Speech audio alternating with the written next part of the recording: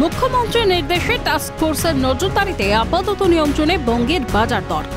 গড়িয়াহাট বাজারও তার অন্যথা নয়, তবে বিক্রেতারা বলছেন পাইকারি বাজারে সবজির দাম কমলে খুচরো বাজারেও দাম কমে সবজির, যার জেরে প্রায় 50% দাম কমেছে একাধিক সবজির।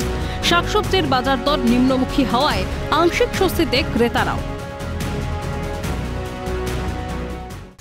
টোটাল সবজি যা ছিল সিজনের সবজি এই গরমে মনে নষ্ট হয়ে গেছিল, তাই বেড়েছিল, তার 50% দাম এখন কম আছে। যখন ধরুন উঠছে কড়াইশুঁটি উঠছে, চাষি কিন্তু কড়াইশুঁটির জন্য 1 কিলোতে 6 টাকা পাচ্ছে। আমরা যখন এখানে কিনছি তখন সেটা 50 টাকা দিয়ে কিনছি। খেয়ে নিচ্ছে কিন্তু মিডলম্যান, বেশ কিছু সুবিধে মিডলম্যানরা খেয়ে নিচ্ছে।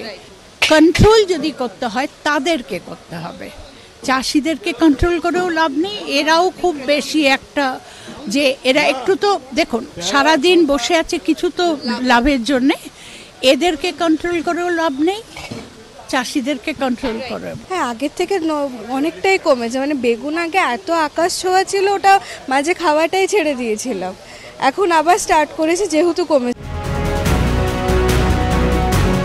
গত কয়েকদিনের তুলনায় সবজির দাম কমেছে হুগলির শ্রীরামপুরের বেলজিং বাজারেও।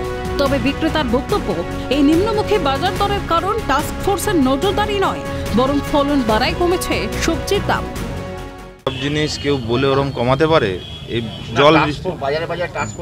জল বৃষ্টি হলে নতুন গাছে ফল ধরবে, তার জন্য ফলন হবে, এমনি বাজারে দাম কমে যাবে। এই যে বললাম, যত ফলন বাড়বে আস্তে আস্তে এমনিই কমে যাবে। ফলন হলে কমবে, ফলন না হলে কোনোদিনই দাম কমবে না। ফলন হলে এমনিই দাম কমে যাবে। সবাই বেচছে, সব জিনিস আছে, কিন্তু বলছে ফলন কম। এটা বোঝা যায় না ভালো করে যে কখন ফলন কম হচ্ছে আর কখন দাম বেড়ে যাচ্ছে, আবার কমছে, যখন বাড়ছে তখন কমছে, নাহলে কমছে না। গত 10 দিনে কি দাম কমেছে? অনেকটাই কমেছে। ফলন বাড়ায় দাম কমেছে, সহমত হাওড়ার জগদীশপুর বাজারের বিক্রেতারাও। 80 টাকা কিলো দরে যেসব সবজি বিক্রি হয়েছে বিগত কয়েকদিন ধরে, সেসব সবজি বর্তমানে 40 টাকা কিলো দরে বিকোচ্ছে বাজারে।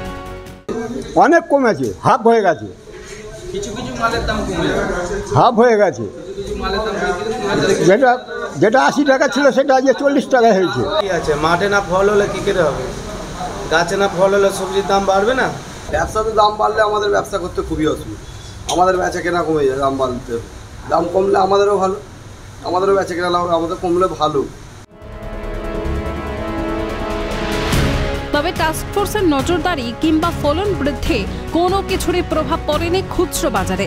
সবজির দাম মধ্যবিত্তের নাগালের বাইরে হবিবপুর বাজারে।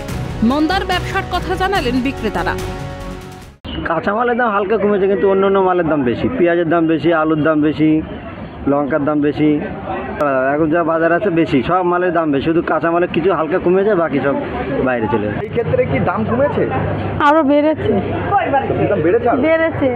সমস্যা হচ্ছে, সাধারণ মানুষ কিনতে পারছে না, হচ্ছে তো, কিনতে তো পারছি না বাড়ার জন্য। এটুকুনি বাড়বে, আমাদের আর না খেয়ে আর কি করব, খেতে হবে অল্প অল্প করে। এখন কি সবজির দাম কমেছে আগের থেকে? না, আরো বেড়ে গেছে তো। এই তো শুনছি আলু 40 টাকা হলো। বর্ষার শুরুতেই মাননীয়ার নির্দেশে টাস্ক ফোর্সের নজরদারি, অন্যদিকে বাড়ছে ফলনও। পাইকারি বাজারেও দাম কমছে সবজির। সব মিলিয়ে শাকসবজির দামের পারদ নামায় ধীরে ধীরে স্বাভাবিক ছন্দে ফিরছে বঙ্গের বাজার, তা সহজেই অনুমেয়। ক্যালকাটা নিউজ।